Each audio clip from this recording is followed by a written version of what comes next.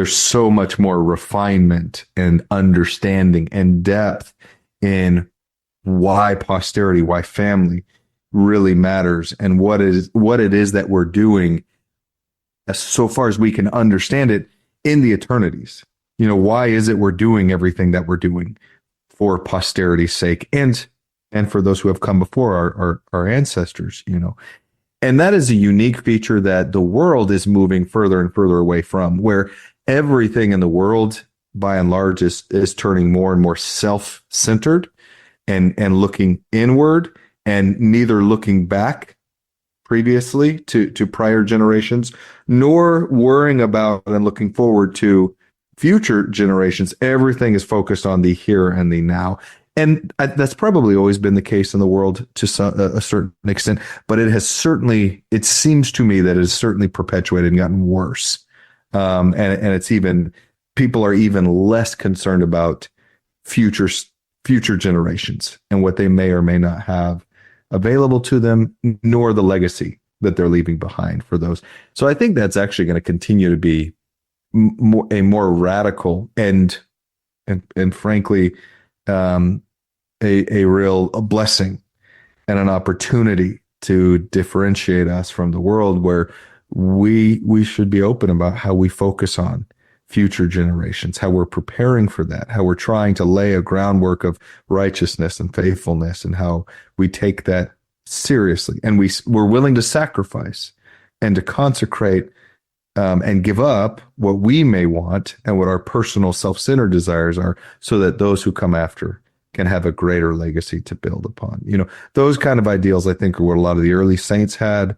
And I think the church in general has tried to continue to perpetuate that. We should really lean into that and take a lot of pride in that, and continue to try to expand that legacy that we leave behind, because it's going to continue to differentiate us from the world. It is interesting that the greatest blessings that God has for us is to become kings and priests, queens and priestesses to God. Well, what does that mean? What is our hope in Christ? Well, it's that we can be co-heirs, joint heirs with Christ. Well, what does that mean? Well, it means that we will have a part in his eternal glory, that we will have, that kings and queens, we will have a certain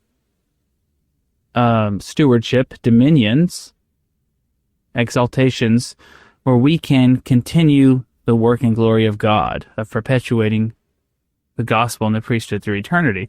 So when we do all this self-sacrifice, when we build the broken heart and the contrite spirit, and we come unto Christ, and we start developing and building ourselves into his image, it's with that hope that we can have this dominion, this kingdom, in heaven, and right in the celestial kingdom. Well, what is that kingdom? What is that dominion? Well, it's posterity. Your kingdom is your posterity. Your dominion is your posterity. That's the patriarchal order, right?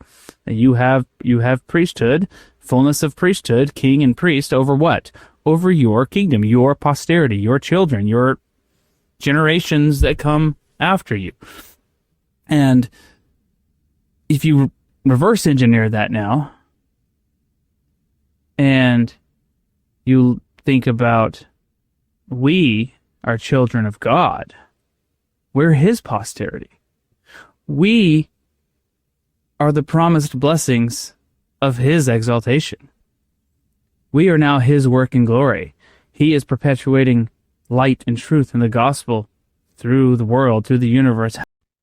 Thank you for watching. If you found this content spiritually enlightening, please like, comment, and subscribe. Like the gospel, these little things make all the difference, and it helps the algorithm push out better content for everyone to enjoy on YouTube.